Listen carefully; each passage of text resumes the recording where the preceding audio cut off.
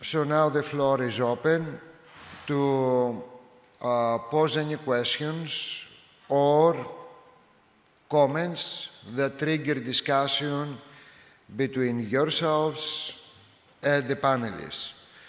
Please, before you ask the question, also identify yourselves. So, any questions? Yes.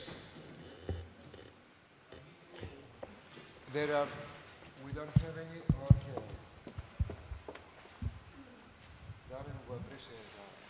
Thank you very much. Thank you all of you for the presentation, interesting presentation. One question is related to the maybe I better come here. Is related to the this new we can say open for the 100 more we can say million of allowances, and then because at the beginning when the NER 300 was advertising or was open, everybody was expecting to receive more money. We are talking about 9 billion or something like this. And then now, at the end, I have seen that you are talking about 2.1 or 2.4, something like this. And then my question is, this extension will be open for example, projects that are now running, but could obtain some kind of addition of allowances in order to complete the expectation or the money that has been that could be received. This is and the question is for the rest of the three presentators is just what was the total investment of the project and what was the contribution percentage of contribution of the NER 300. That is in some ways related in other because in our case we have a sorry I don't say this. I'm from Iberdrola and we have one NER 300, but we have a project that is with the amount of money that has been assigned is not enough just to obtain, I can say, a good and adequate balance. This is because I asked you this related to 100, and also I would like to know what is the percentage that the people that are presenting the project has been received in order to analyze what is the real contribution and balance for the investment. Thank you.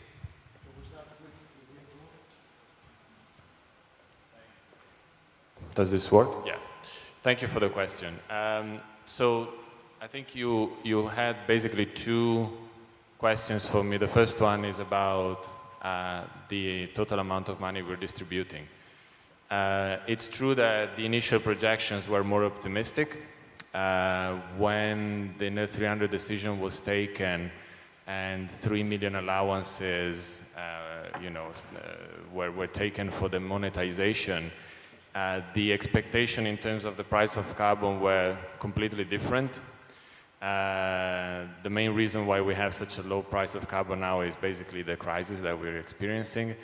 But this is why I said during the presentation that we are much more optimistic for the future, because not only we're going to have more allowances to sell, but also all the projections we have exactly indicate that the price of carbon will increase, not only because hopefully we will get out of this crisis, but because we are modifying the ETS in order to solve its structural problems. You know that market stability reserve is being created, there's the backloading initiative. So the future should give us the possibility to allocate a significant higher amount of resources to projects. And the second question was, what about, just to complete, concerning your projects or others, well, how this money will be distributed, it's a bit early to say how the new program will be executed. If the same approach will be maintained, then obviously projects willing to receive funding will have to apply for another through another call for proposals or more calls, and then there will be the best one will be selected. So the question was how much money we got, how much the project cost. Okay. From the NER 300 point of view, it's not so easy to calculate the contribution. You cannot speak about percentage, but because you have to define the relevant cost, and that are based on a business plan of, in our case, of a renewable 5-year project, in which you put your capex and also operation and maintenance cost. Then you have to define a reference plan with, in our case, with the Minister of Environmental, and in our case was the first generation ethanol plant. So you define also the economics of these other plants, and the relevant costs are based on the difference between capex and opex of the two plants. So also in our case, I can tell you that was around 30% of the capex, but it will be not the same calculation for another project. So it's, sorry, it's impossible to calculate in this way. So for every euro we receive from the EU, once we generate megawatt hours, and I agree, this means that it's not money you can count on. You need first to finance the project, and then you can harness.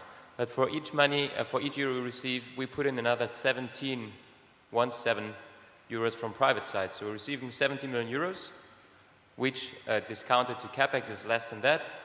And the capex of the project is more than 1 billion euros for such an offshore wind farm. So roughly you talk more than 3 million euro per megawatt, which is expensive, but you also get a good load factor offshore. I think that NER300 can't make projects happen which should not happen, and it should not. So you're awarded based on the question, how much subsidy do you need per megawatt hour, the CPUP. And this is an indicator that projects are being funded which are close to commercialization and just need that extra tick, which was mentioned from the colleague of, I think, EIB before in the other discussion. And that's the way it should be. It should not fund laboratory works, which may at some point in the 20 years generate electricity, but the turnover of the public money should very quickly come into the private market. If that has answered your question. Thank you. Sigurdur? I think the short answer is that in our case, the awarded grant is about 35% of the capex.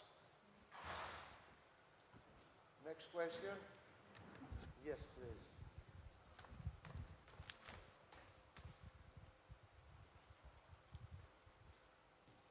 It doesn't matter. Good evening, my name is Claudio Leporati from CSM. I would like to ask when is reasonable to expect next call, the launch of the next call, the date, and if this proposal can be also prepared by partners, several partners, not only one stakeholder. At this stage, we really don't know. Because the council conclusions that I mentioned in my presentation are from basically a month ago, slightly more than a month ago. So the discussion really just started within the Commission on how we are going to follow the indications of the council to extend the scope and the budget of the program. We're discussing whether the rules of the program will remain the same or something will change, and this is also why it's interesting to hear feedbacks on what worked and what didn't work so far. So to be honest, in terms of timing of the call, it's really too early.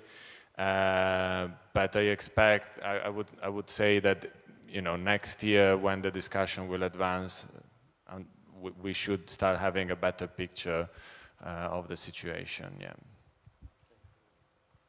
Yes. Greg Arrowsmith from UREC, and also I edit a website, ner300.com, where I put up news and my own analysis and comments on NER300 developments. Well, this is a question about the EIB's relationship with NER300. We heard Filippo describe this in brief in his presentation, and then we also heard earlier today in the last panel discussion, Mr. Heinz from the EIB speak of how it was collaborating with the European Commission. But to my mind, if I look at the relationship between the EIB and the Commission, I don't see collaboration. I see more that the EIB is effectively working as a Commission subcontractor. It gets its money, it does its work, and then, at the end of the day, kind of goes home. And because it's not a true collaborator, we're in a kind of situation where, although the EIB knows all the NER 300 projects very well, it's very familiar with them, it's spent many months doing due diligence on all of the projects, it doesn't really feel under any obligation to lend its own money towards these projects. So my question to the panel is this situation acceptable? Or should we see more pressure from the European Commission on the EIB to be a real partner and to lend to these projects, having done all of this work to analyze them? Let's ask first the project undertakers on their experience with the EIB or their view of the EIB. I'm not sure if I will give the correct answer, so to speak, but I will use the opportunity to say the following. What I said before in my presentation, I would like to say it very clearly that it was a very important step and a very good step when EU extended or decided to extend the timeline for having final investment decision in place and having the necessary licensing and permitting in place. I know it has not been done formally, but it is on the way to be done, and that it was, for example, in our case, it was crucial. It was crucial, that's clear. If you think about how I demonstrated the project, the construction timeline of a geothermal project.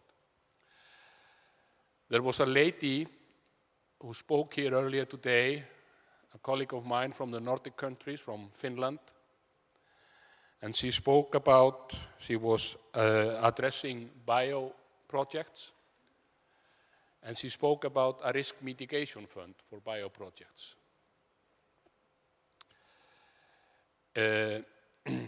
In September, I was in Brussels giving a similar speech as here because there was a discussion, especially on geothermal, and I addressed this issue there. And that's why I'm using your opportunity, Greg, to comment on this. I don't understand, and simply, truly, I don't understand why is EU ready to have a risk mitigation fund for geothermal project in Eastern Africa if it is not ready to have it in Europe? And why is EIB, EBRD, or EU, or whatever part of EU not contributing to such a fund? I don't know if it was a correct answer, but I would like to use the opportunity for this.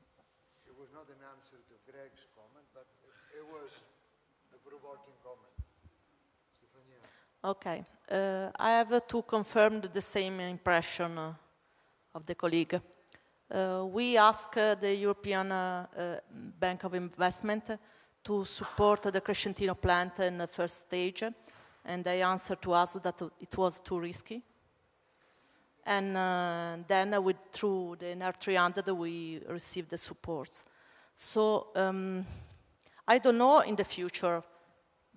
We hope that the fact that the European Bank enter in our technologies and make a very detailed due diligence on technical, economic, also environmental point of view, will be more open to evaluate this kind of technologies also for further scale-up phase, we hope. But we are not sure of the results. I think the EIB plays a crucial role, and I try to comment on Greg's question. They're doing a good job during due diligence, and I think they're competent to do such due diligences. The overall process from filing the application, drafting what we're going to build there in an early development stage, then we went out to sea, did drilling, did coin penetration testing to better understand the environment where we're going to build. and then maintain the scope and the innovation we thought we built early 2011 up until award decision 24 or 22 months later was a tough job. And I'd recommend to shorten the timeline between filing and award, because many projects are needed to fight hard, and I'm currently fighting hard a second time for innovation in the project and to be maintained over such a long time. The second time I'm fighting hard at the moment is when banks are looking at the wind turbine or at the vibratory driving technology or whatever. They say, that's new. Innovation, you better don't mention that word towards them, because innovation is risk, and risk is driving them away from funding projects. So there's an intrinsic problem. The market asks for the wind turbines you've seen on the first slide, 3.6 megawatt, Siemens, that's state of the art. There they don't ask too many questions. But if you come with something new, they really give you a hard time, including EIB. But I want to say also a positive thing about the EIB. So they were among the first ones to give their in-principle approval to finance the project. And I think it was also based on the fact that they knew the project rather well from the due diligence when they have analyzed our application on commercial and technical feasibility. In the end, let's see whether they are part of the funding group. I can only tell that they have a tendency to apply stronger criteria for funding than commercial banks. And there they may rule themselves out to actually foster what they have initiated. Thank you. Any other questions?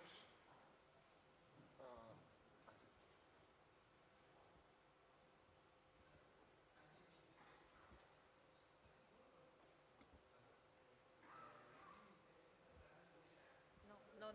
You don't?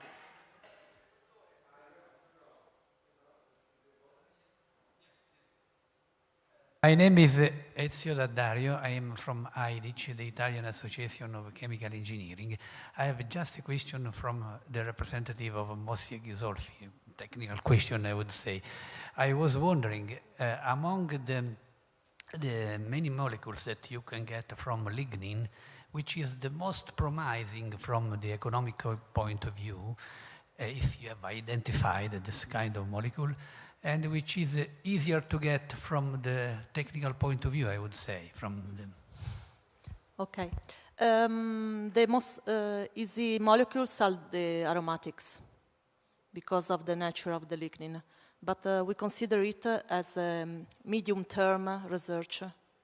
We have yet proven some technologies on pilot scale, but we will see that the scale-up will be in the next 3-4 years. So the same approach of ethanol will be postponed in the side stream and waste valorization from the biorefineries.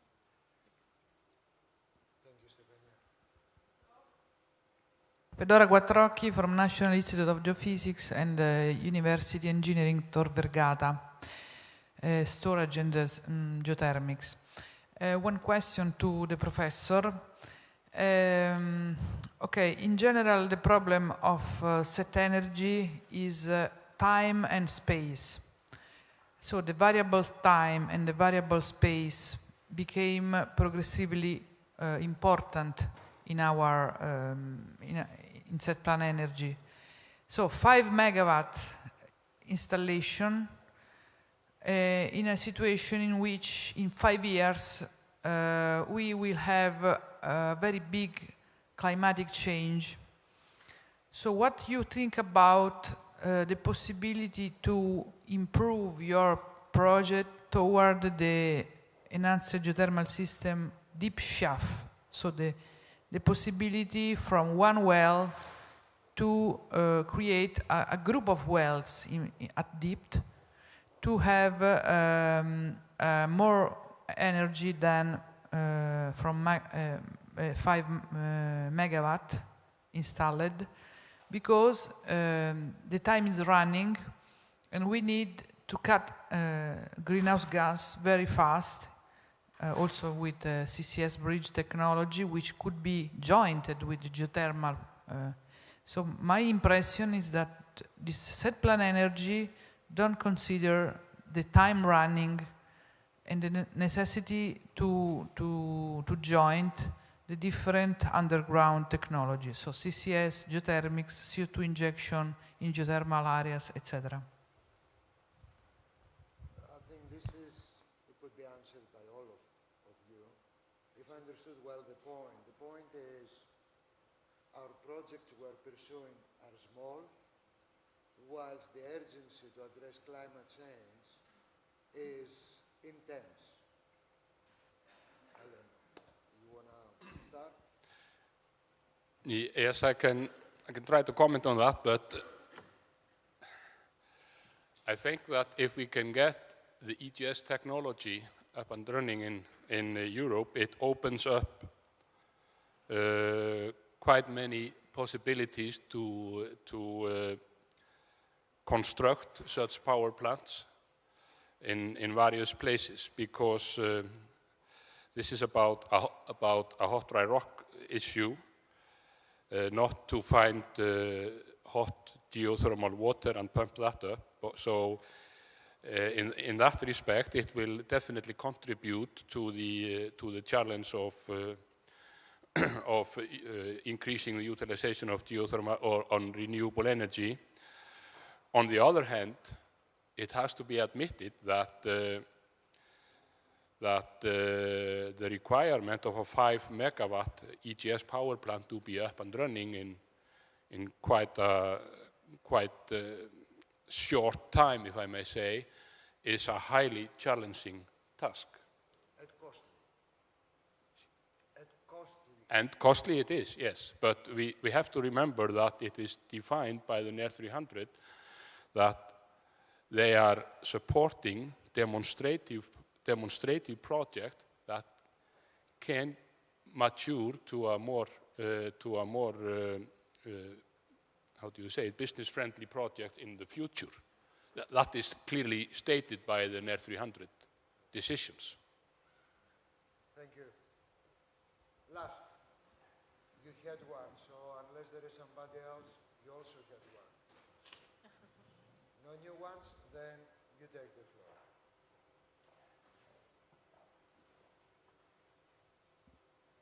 Thank you, Darren. This gentleman there, yes.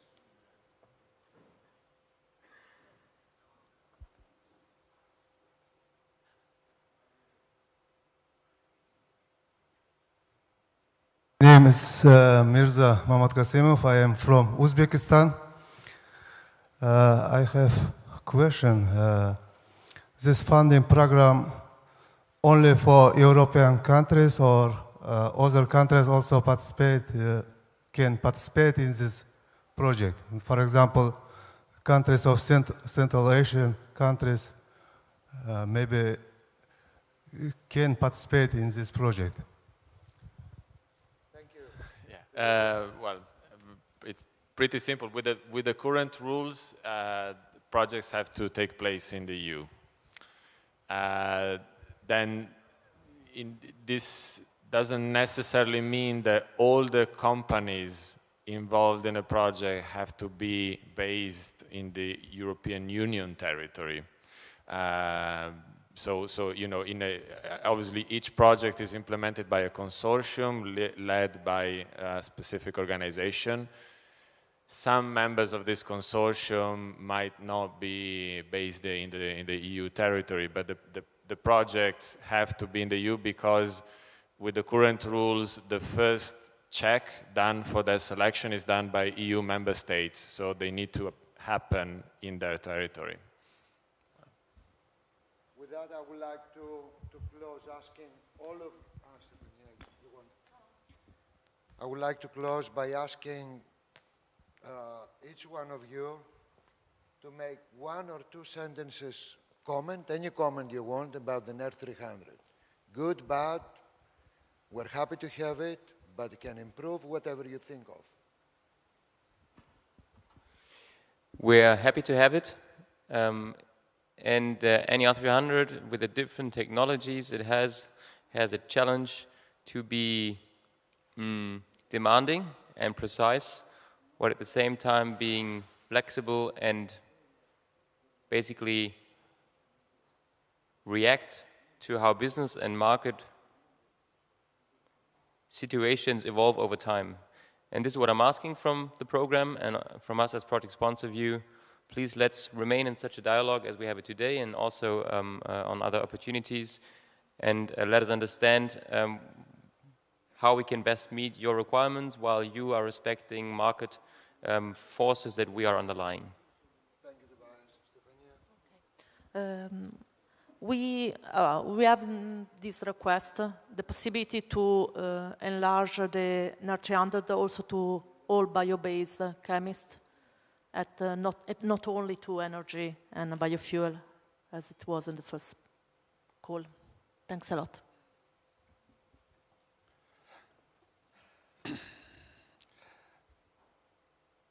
I think I would like to say, so as my final remark, that keep in mind, talking to EU, keep in mind that NER 300 is a very good scheme, and it improved a lot with the changes that were just recently made.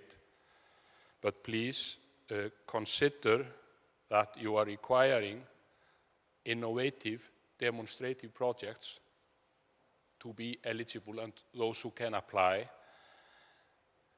And I think the disbursement rules have to reflect that. And I think it can be improved on that end.